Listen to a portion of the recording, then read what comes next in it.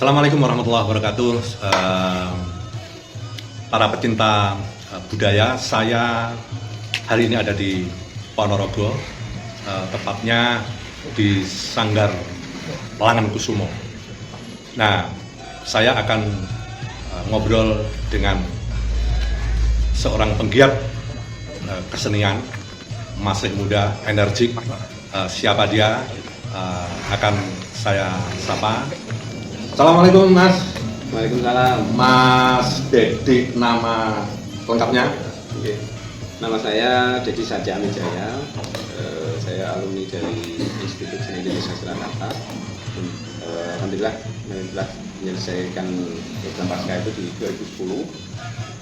Terus kemudian saya hijrah ke Jakarta, sempat bergabung di Digital Dance Company, dan di sana juga kebetulan bergabung dengan, bukan bergabung ya, saya diberi kesempatan untuk ngajar di asisten dosen di Institut Seni Jakarta di 1 tahun bersama almarhum Dedi Lutan. Kemudian 2013 karena orang tua mengharap untuk saya pulang karena sudah sepuh, jadi saya pulang tahun 2013 itu. Dan lanjutlah sampai sekarang bersama kawan-kawan ini mencoba menggiatkan kembali lah, menghidupkan kembali kesenian di lingkungan kita yang sempat vakum, yang mendirikan Padepokan Tari Langankusumo. Nah, gitu. Mas dari pulang ke Ponorogo, ya. ke pangkuan Ibu Perti. Nah, saya lihat bahwa Anda tidak sekedar pulang, tapi kemudian seni tetap menjiwai dan mendirikan sanggar, yaitu Sanggar Langankusumo. Ini didirikan mulai tahun berapa akhirnya? 2013 saya pulang, terus kemudian saya mendapati teman-teman itu mencoba giat kembali menghidupkan kesenian reog, terutama generasi muda di lingkungan sini. Nah, saya membaca ini coba kita kelola kembali lah, yang lebih kita giatkan kembali. Terus dari beberapa pertemuan, terus kemudian kita rembuk bareng, akhirnya ya kebetulan usulan dari Mas Afif juga sih. Udah lah, kalau nanti bentuknya tetap paguyuban seperti yang sudah itu ini ada kendala karena paguyuban ya, jadi sistemnya masih kayak turunan kayak semacam itu tidak bisa bertahan lama, karena namanya kesenian reog itu butuh maintenance dan pembiayaan yang tidak murah, Tanggung jawab bersama-sama itu ya. Agak repot, sehingga butuh alokasi anggaran yang senantiasa ada, karena reog itu tidak merata kalau lagi dipakai tapi misalnya itu kurang lebih 3-5 tahun lah di sana. Mensiasati itu, katanya kelihatan ini kita coba kembangkan, kita sistem yang sedikit lebih profesional, sehingga untuk menutup operasional perawatan, terus kemudian program latihan, polanya dibuat menjadi sangat. Sebenarnya sih kita mengalir saja, mengalir saja. Jadi intinya kita harus nantiasa tanggap dengan perkembangan.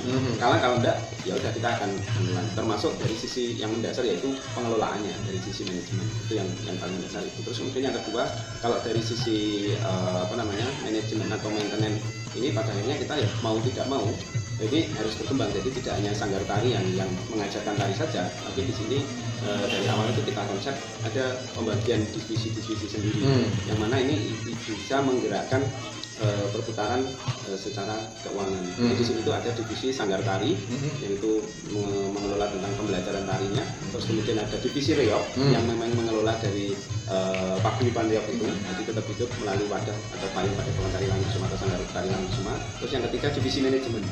Divisi manajemen ini yang mengelola meng-create event, terus penjualan kayak jualan souvenir, terus pengelolaan media sosial baik YouTube, Instagram, Facebook, itu yang kita kerjakan. Jadi 3 divisi itu memang kita kerjakan di sini. Saya melihatnya bahwa budaya Ponorogan ini sebenarnya ya budaya warok Ponorogan gitu. Ya.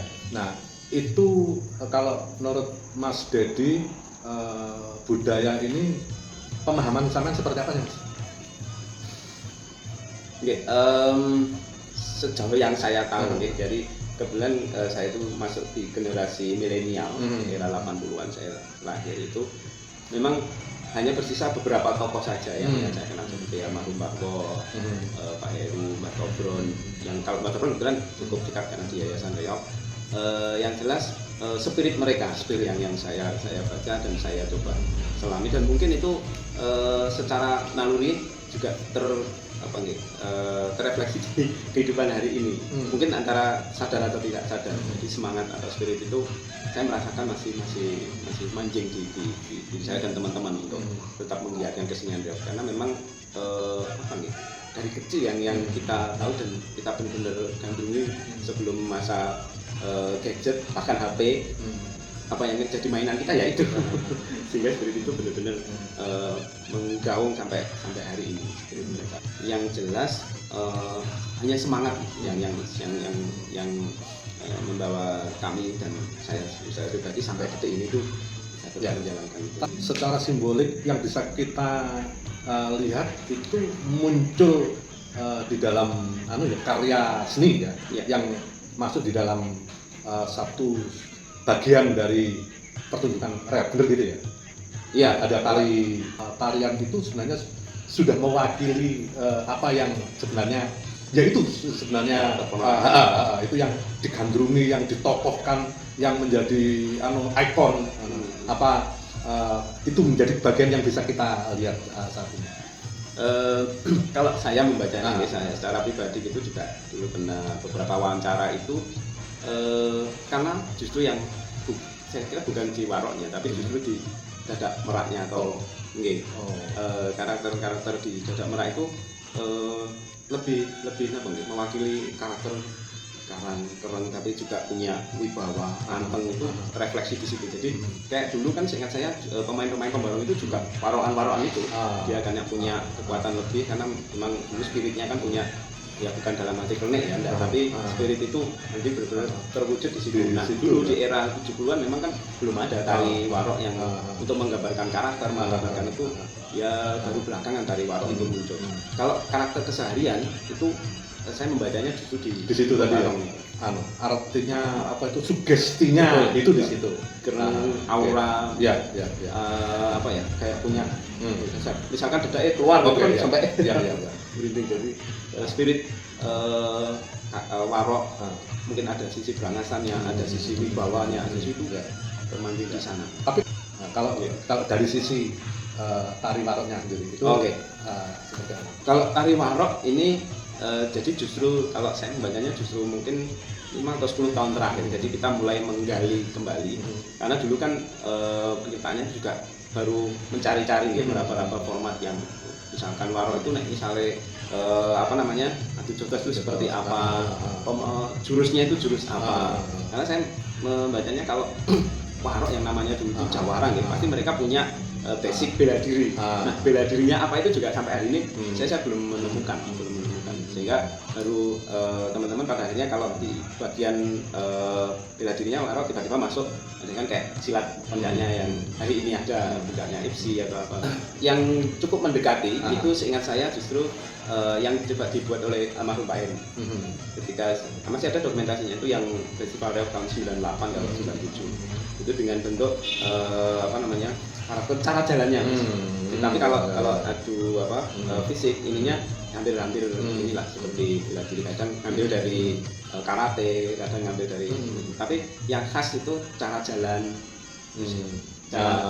Ininya itu di Pak Heru itu cukup mendekati menurut saya feeling saya. Jadi untuk anak-anak olahraga itu lebih terasa. Untuk anak-anak yang awam, anak-anak generasi muda dan sebagainya, itu kayaknya kan belum masuk di filosofi yang kayak gitu. Sehingga mungkin anak-anak generasi muda kan perlu pengenalan ya. Jadi kalau misalnya orang sekolah itu pengenalan pertama itu bentuk-bentuk yang kayak gitu. Nah, kembali lagi ke Sanggar. Apakah sampai mengelola ini ada pengaruh terhadap anak-anak muda? Kalau di saya yang saya dapati dari murid-murid di sini itu memang dari awalnya anak-anak itu karena mungkin intensitas pertunjukan reog itu cukup banyak di Ponorogo, sehingga adik-adik yang mungkin usia mulai mengenal inilah dari 2 tahun 3 tahun itu sudah jadi gaung dari musik reog itu benar-benar bisa membangun ini. Ibarat anak-anak itu sebelum masuk ke Sanggar pun mereka itu sudah putar musik reog itu sudah main sendiri. Dari sana saya membaca ketertarikan untuk mereka benar-benar menseriusi ini tanyanya cocok ke Sanggar dari sana Mas. Jadi sehingga dari saya baca dari situ, dari minimal kalau Wirogo Wiromo Wiroso Wiromonya mereka sudah dapat dulu. apa sih sebenarnya motivasi mendirikan Sanggar? Apa sama mencari susah atau apa itu? Gimana? Enggak, semangatnya awal itu menghidupkan. Gitu ya. Menghidupkan. Jadi karena apa yang ada di lingkungan sini juga kesenian reog itu, terus bagaimana semangat kita menghidupkan. Jadi saya ingat betul sampai saya dulu. Jadi tokoh yang saya diceritakan Mas Kevin tadi, kakeknya itu benar-benar tokoh yang di sini sampai bilang ke Mas Haji itu, kamu bisa nggak ngupeni kesenian reog ini? Ini nggak bisa. Barongan yang tua di sini sudah itu pendem. Artinya itu saya pikir itu tidak hanya maksud mendem ini, tapi mengubur seluruh kesenian selesai. Itu intinya. Wah ini PR betul dan saya sama Mas Yati sepakat. Udah ini kita harus lanjutkan. Saya Mbak yang sanggup. Terus saya sama Mas Yati, gimana kita menghidupkan ini? Minimal kita latihan tabuhan reog dari situ terus mulai ada peminat. Nah lama kelamaan karena kan ya namanya anak-anak lingkungan ya istilahnya rokok kasem lah. Semangat ada. Ini kalau nggak ada pengikat untuk teman-teman itu senantiasa eksis, ini bubar. Ini tidak jauh beda seperti yang dulu. Setahun 2 tahun bubar. Nanti ada lagi tumbuh bubar lagi. Namanya harus berubah karena budaya di sini kan juga berkembang, jadi tidak bisa kita memaksakan untuk selalu untuk misalnya mau mendirikan paguyuban reog, serkiliran, tarian dulu, nggak bisa. Apalagi dulu kan ada sistem kayak sistem juragan, ingat ya, dengan ada sistem juragan, ini bosnya ini dia yang selalu biayai, jadi ada kekurangan duit punya juga. Nah sekarang nggak ada seperti itu. Sistem komunitas kalau nggak kita bangun bersama untuk menghidupkan itu ya. Minimal gini, kita sebenarnya enggak benar-benar orientasi itu untuk ekonomis itu enggak. Meskipun kita juga berpikir ke arah sana karena dulu itu saya waktu kecil latihan reog di sini tuh enggak ada itu kok dapat itu enggak ada. Apalagi latih ya dapat apa-apa. Adanya malah justru kita yang ikut urunan gitu. Nah, pola itu yang coba kita berubah. Jadi ya nanti yang aktif, yang benar ini ya kita ya karena kita nanti dapat income dari mana? Dari iuran siswa, dari penjualan ini ya sebenarnya. Jadi ekosistem secara ekonomi juga jalan, secara kebudayaan juga jalan. Ya, Mas, badannya ke sana. Ini sebenarnya tanggung jawab pemerintah atau tanggung jawab arek-arek sing serkileran untuk mengumpulkan duit itu kayak gitu. Nah, menurut pandangan Mas Edi gimana Mas? Kalau saya malah justru apa ya? Saya merasa nggak tahu ini mungkin spirit parok tadi ya. Jadi ada nggak ada dari pemerintah itu support kita tetap jalan. Artinya ya kita tidak menutup mata dengan apapun ya, kita menjadi warga Ponorogo yang juga punya pemerintah Ponorogo ya kita tidak menutup mata. Kalau toh ada ya alhamdulillah, enggak kita tetap jalan. Itu prinsip awalnya sehingga spirit untuk menghidupkan kesenian tradisi itu yang jauh lebih besar di sini. Apakah berarti spirit untuk menghidupkan ini, menghidupkan budaya Ponorogo? Berarti Anda menyintai kota Anda Ponorogo. Betul. Menyintai Ponorogo itu berarti menyintai budaya Indonesia dan Anda bangga menjadi orang Indonesia. Apakah seperti itu? Iya. Tapi alasan yang apa saya juga kurang tahu. Ini kayak saya mengalir saja seperti tiba-tiba saya harus pulang ke Ponorogo, saya harus ini alhamdulillah ya. Jadi kayak mungkin kalau Mas Rafiq tadi bilang ke Ponorogo itu ada barokahnya. Karena saya merasa 10 tahun kurang lebih 10-11 tahun lah di Solo itu agak susah untuk menjadi karena mungkin secara alasan yang klise lah mungkin karena sudah banyak tokoh-tokoh sehingga saya agak sulit muncul. Kemudian saya coba ke Jakarta kurang lebih 3 tahunan itu ya membangun itu agak lama juga. Tapi begitu saya pulang ada niatnya hanya menghidupkan tapi tiba-tiba kok jadi besar ya loh kok jadi saya bisa bikin event di awal itu kita bikin Kertopana Festival itu bisa sampai ngundang ada dari Meksiko dari Inggris untuk bergabung ya tetap mungkin mahasiswa apa namanya ya, tapi minimal mereka sudah datang dan saya tahu saya malah agak lupa dulu gimana ya kok bisa gitu ya. Padahal dananya juga kita benar-benar sampai ada hutang kan tapi event itu terwujud dan benar-benar bisa memacu semangat kita untuk bisa lebih dan lebih gitu. Jadi honornya adalah kepuasan batin. Begitu kepuasan dan jangan lupa orang yang merasa puas, merasa bahagia dengan begitu, insya Allah sehat ya Mas. Bahagia lahir batin. Itu. Karena sebenarnya yang bisa bahagia kan anak-anak kecil. Ya, anak kecil belum punya tanggung jawab apa-apa, dia kesana kemari. Tapi kalau orang-orang yang sudah dewasa, apalagi kayak saya, ini kan bahagianya itu kan ketika ngobrol, ketika ketemu bisa. Gitu. Nah, sampean melihat generasi-generasi terutama yang sampean bangun di sini, itu sampean melihatnya seperti apa? Mereka menghadapi budaya asing, budaya begitu luar biasa. Kemudian dia juga di lingkungannya sampean kuatkan. Nah, ini sampean melihatnya fenomena ini terhadap anak-anak seperti apa? Agak lain ya, jadi Ponorogo agak lain. Saya kurang lebih yang paling tidak semenjak saya pulang ke sini lah. Jadi budaya-budaya yang dari luar itu malah agak susah masuk. Contoh misalkan Biden gitu ya, kalau di kota-kota besar cukup ini. Di sini tuh hanya 1-2 komunitas dan sekarang udah hilang. Tari-tari pop atau mungkin modern dance yang suka mungkin nampil di hotel, kayak nampil tidak ada. Reok semuanya. Adik-adik kecil itu dia jauh lebih marem, bangga ketika dia bisa salto, bisa tampil di tari bujang ganong. Saya malah melihatnya ke situ. Saya aneh loh, Ponorogo itu enggak apa ya?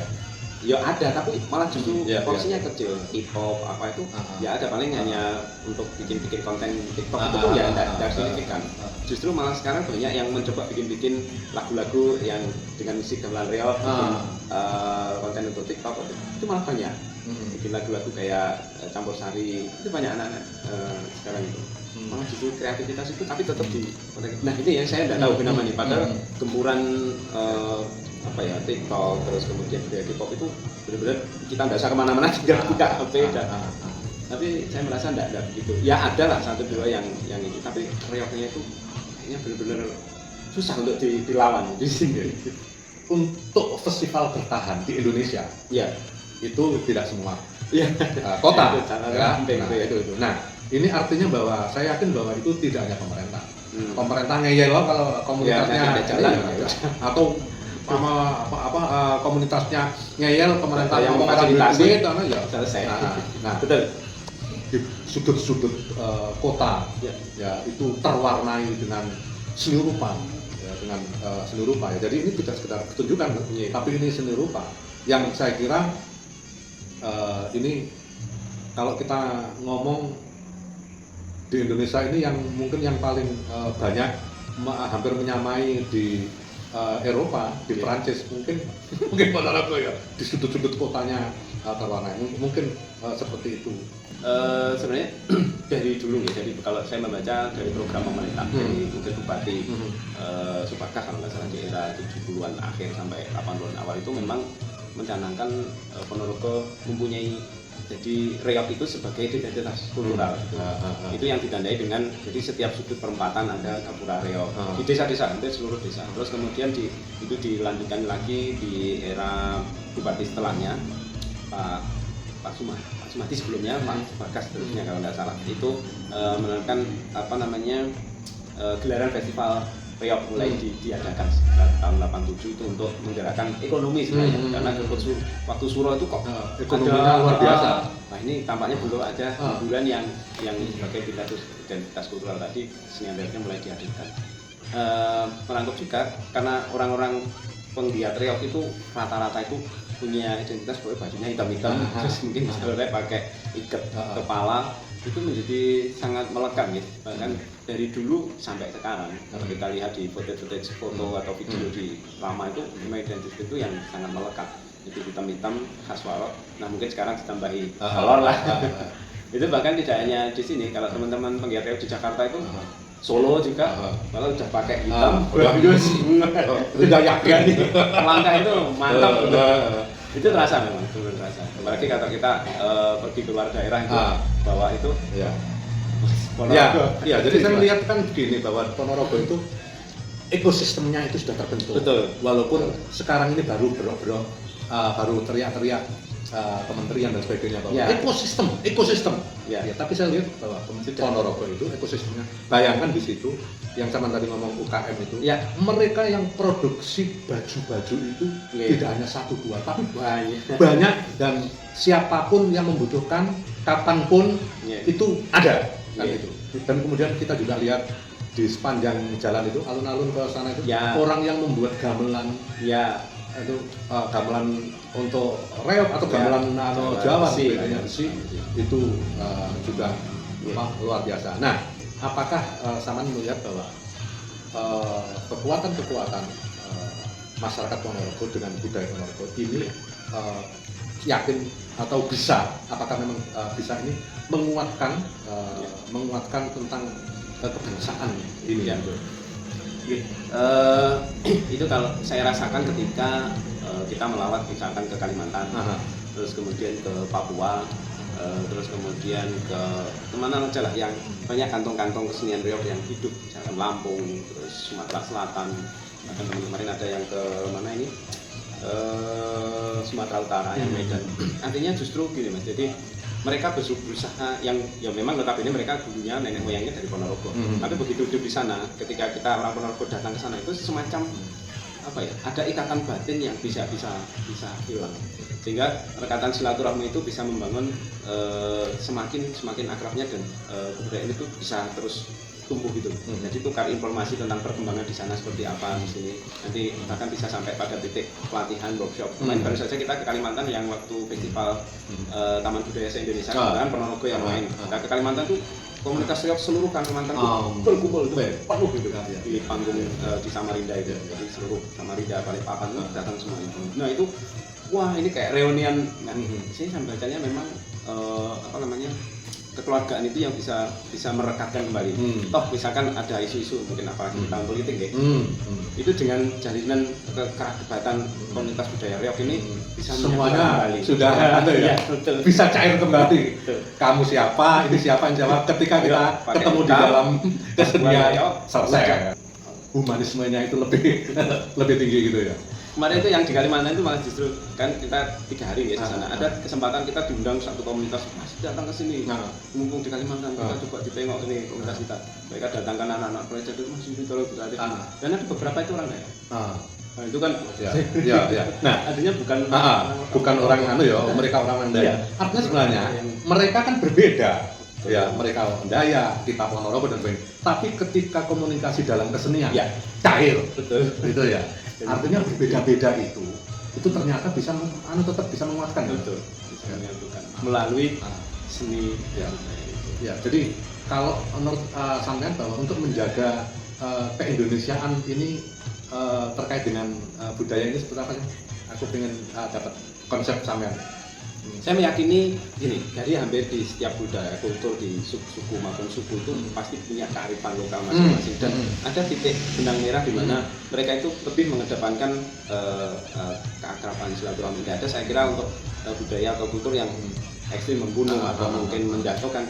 Dan saya membaca ada di titik benang merahnya itu mereka menginginkan keberagaman. Ada nilai keseimbangan, keselarasan, betul.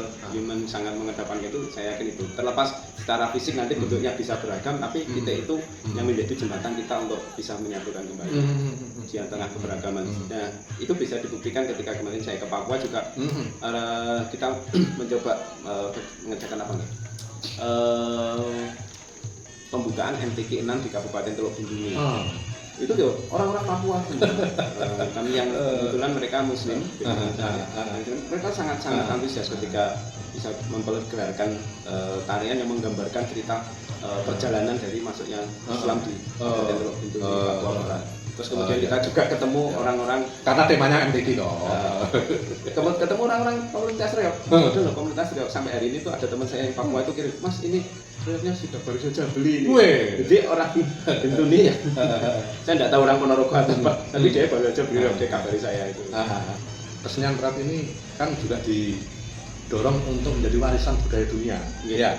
Nah, itu saya dengar kan sudah diproses. Ini gimana? Yang paling terakhir informasi terakhir karena sebenarnya sudah pernah diajukan gitu 18, cuman waktu itu belum berhasil karena juga masuk 3 besar waktu itu kan. Ya karena se-Indonesia untuk dunia kan dan tidak prosesnya dari ke kementerian dulu tingkat nasional agar apa nanti dari tingkat nasional kan yang hanya berhak mengajukan hanya satu setiap negara. Nah, akhirnya kemarin di 2018 itu akhirnya jalannya gitu. Karena 2022 kemarin kita Inggris lagi untuk mengajukan lagi.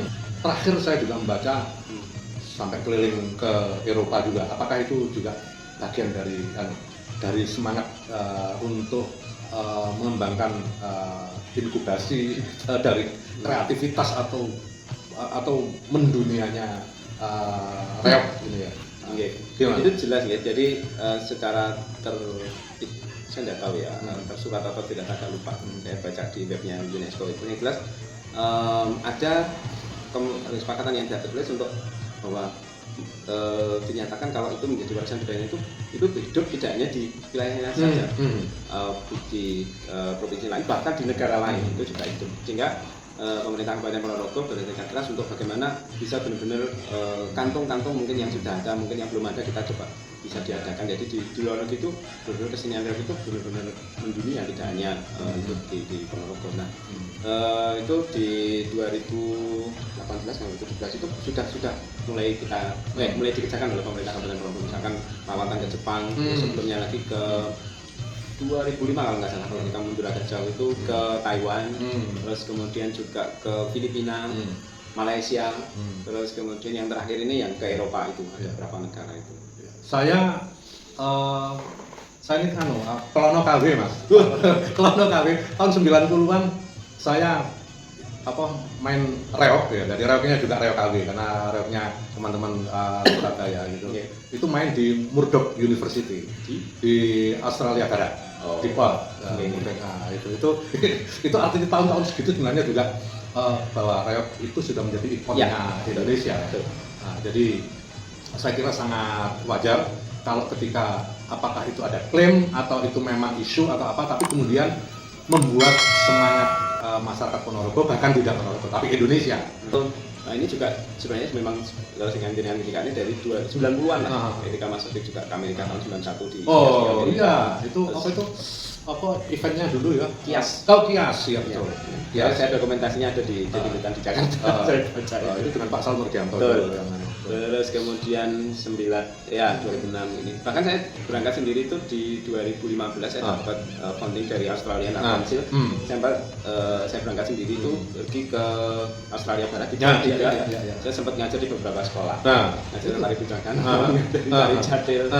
Itu sama di Darwin, ketiga kota di Australia selama 1 bulan. Kemudian saya dapat job course di New Zealand. Saya juga ini dari bujangan juga. Sempat ke Azerbaijan, mari juga menampilkan reog juga. Sampai terakhir ke Arab Saudi, Mas. Ya.